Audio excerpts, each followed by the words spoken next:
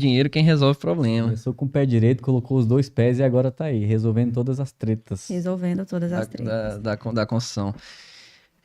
Camila, você disse que trouxe ali do mercado empresarial, né, algumas ferramentas ou algumas estratégias, né, para blindar ali o construtor. Você pode comentar para a gente quais foram essas ferramentas, essas Certo. Quando coisas que você trouxe ali do mundo empresarial? Consigo sim. Quando a gente passa a entender um pouco melhor o mercado e o que vocês passam no dia a dia, a gente consegue aplicar algumas coisas. Uma coisa que a gente aplica muito hoje em dia é o memorando de entendimentos. O que é isso? O memorando de entendimento serve como um pré-contrato. Você faz ali acontece muita negociação informal. Eu te passo a Hilux do meu sogro. O terreno não tá no meu nome, eu te vendo ágil. Como que você traduz isso num instrumento jurídico válido, né?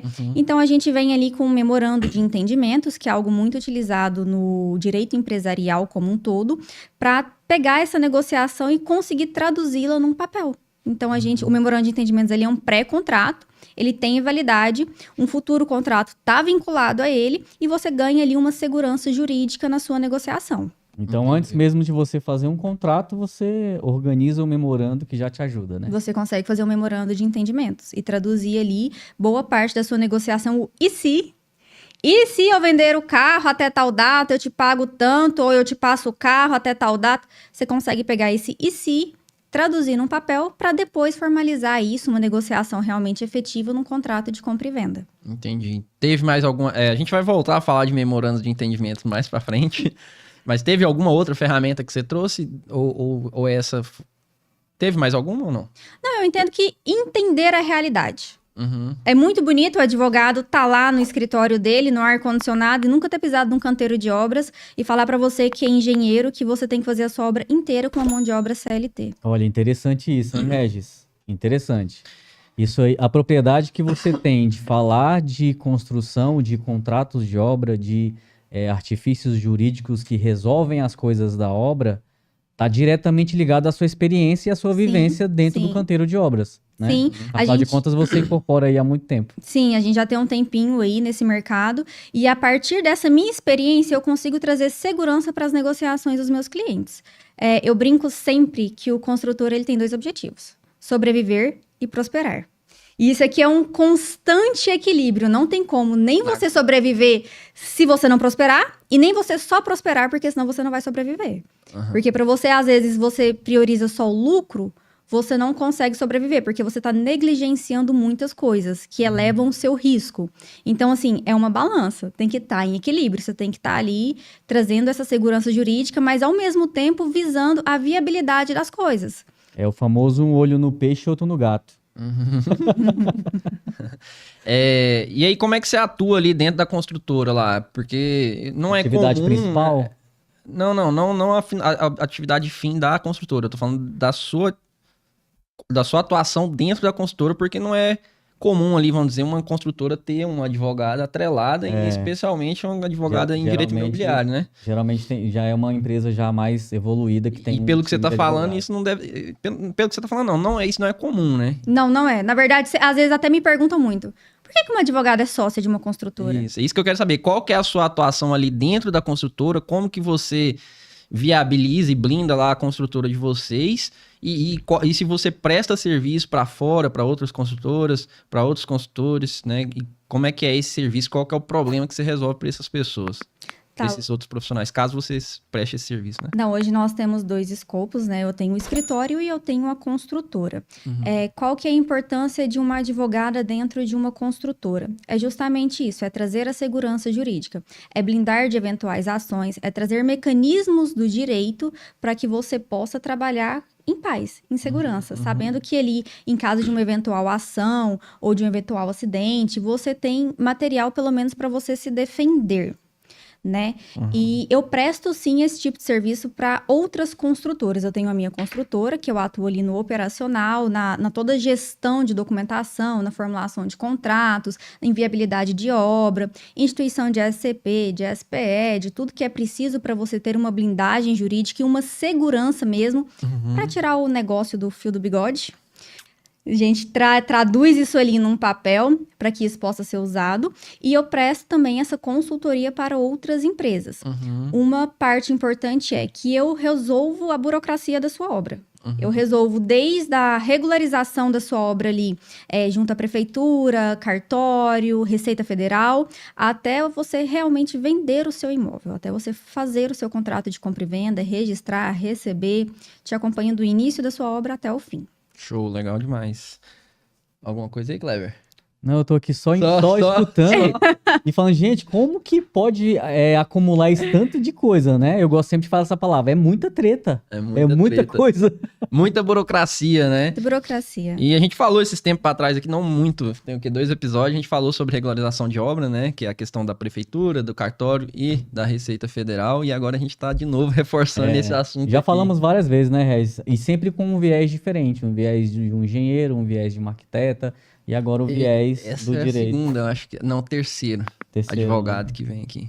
Tá tudo interligado, né? Não tem como. A legislação, você tem que olhar ela no espectro mais baixo e depois de forma ampla para você ver onde você se resguarda. Então, assim, desde o alvará até o que você declara na receita, até ali o final do compra e venda, o que você vai declarar no cartório, tá tudo interligado. Hoje o sistema tá todo interligado, não tem como você correr disso.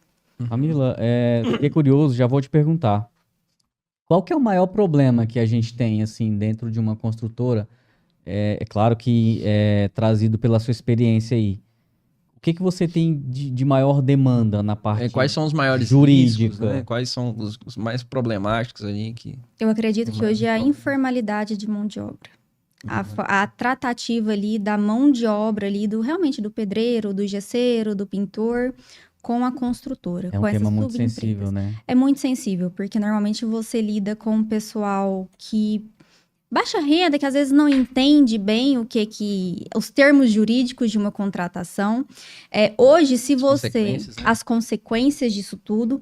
Hoje, se você chegar numa obra e falar assim, eu quero assinar a carteira de todo mundo, você perde 90% da sua mão de obra. Muita gente não quer, né? Porque os caras não querem. Eles não querem, não faz sentido para eles.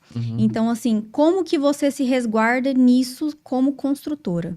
Como contratante dessa mão de obra? Como que você consegue se resguardar? Então, assim, você precisa, no mínimo, ter um contrato com esse pessoal. O fio do bigode não vale, porque você não sabe o dia de amanhã. Você não sabe, às vezes acontece um acidente de trabalho, às vezes, assim, existem N fatores que podem acontecer. Né? N possibilidades. Camila, outro dia... Só para ela concluir a resposta, no caso. E aí, como é que é? Como que resolve isso? Você fez uma pergunta e eu tô te devolvendo uma pergunta. Como que resolve isso? É isso que a gente quer saber. Olha, a gente precisa formalizar isso aí, pelo menos em contrato. Fazer um contrato de empreita e ali dentro do contrato ter essas previsões. Previsões de quê?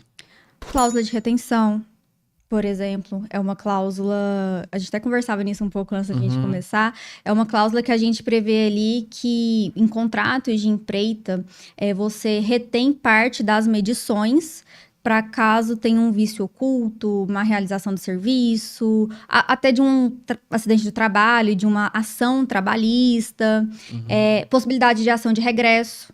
Às vezes você faz uma subempreita e o funcionário dessa subempreita sofre um acidente e lá no trabalhista ele entra contra você, porque provavelmente ele sabe que é você que vai ter algum dinheiro para ele conseguir receber.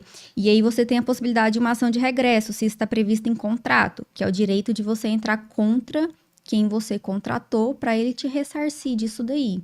Inclusive os custos com o advogado que você teve para se defender lá no trabalhista. Entendi. Então, existem algumas formas de você trazer uma segurança jurídica maior para sua empresa. Entendi. Isso em relação à mão de obra, né? Então, a gente falou de duas. Falou cláusula de retenção e falou...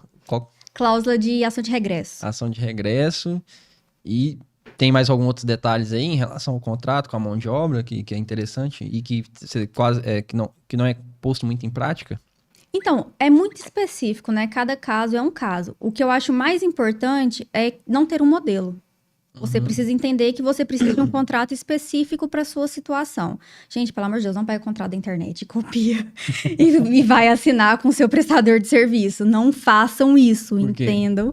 Porque são cláusulas genéricas. A maioria das cláusulas não são aplicáveis. Você não faz sentido algum que está escrito ali para a realidade da sua negociação. Entendi. Então, você pega um instrumento, você assina, e na hora que você vai aplicar, você para e fala assim, tá, como que eu aplico isso? Não tem nada A a maioria ver. das vezes falam de coisas que nem necessita, né? Que não precisa, que não tem aplicação, que não faz parte da realidade. Às vezes, não tá nem dentro do escopo ali. É uma coisa totalmente... É que nem baixar um projeto pronto na internet. Isso, é a mesma coisa. Projeto pronto, aí baixa lá um Você baixa o PDF. projeto e executa, e Põe quer lá, a executa. casa dos seus sonhos. Você não consegue. Camila, eu ia te perguntar, eu ouvi, tá? Não isso é verdade, eu não tô contando aqui só farofa, não. Eu ouvi que uma pessoa conseguiu se organizar no jurídico simplesmente com os recibos de pagamento assinados pelos trabalhadores. Pelos autônomos. Pelos autônomos, né? Na verdade, eu nem lembro se era autônomo que tinha falado. Mas eu sei que alguém falou assim, olha, o simples recibo, ele já é uma espécie de contrato. Porque lá tem determinado... Não sei o que define um contrato na prática, né? Porque eu não entendo. Mas lá, pelo que eu entendi que ele tinha falado que tinha resolvido, é porque ele tinha colocado o prazo lá, né? O valor que tinha que pagar e o que ele tinha que fazer.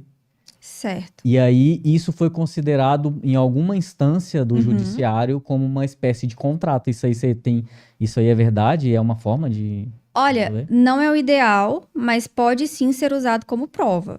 Né? Vamos supor aqui que é a única documentação que você tenha, mas isso não é um contrato pro forme. Né? Você tem uma prova mais robusta da sua negociação. Entendeu? Onde, às vezes, o RPA, o Recibo de Pagamento de Autônomo, ele pode te ajudar.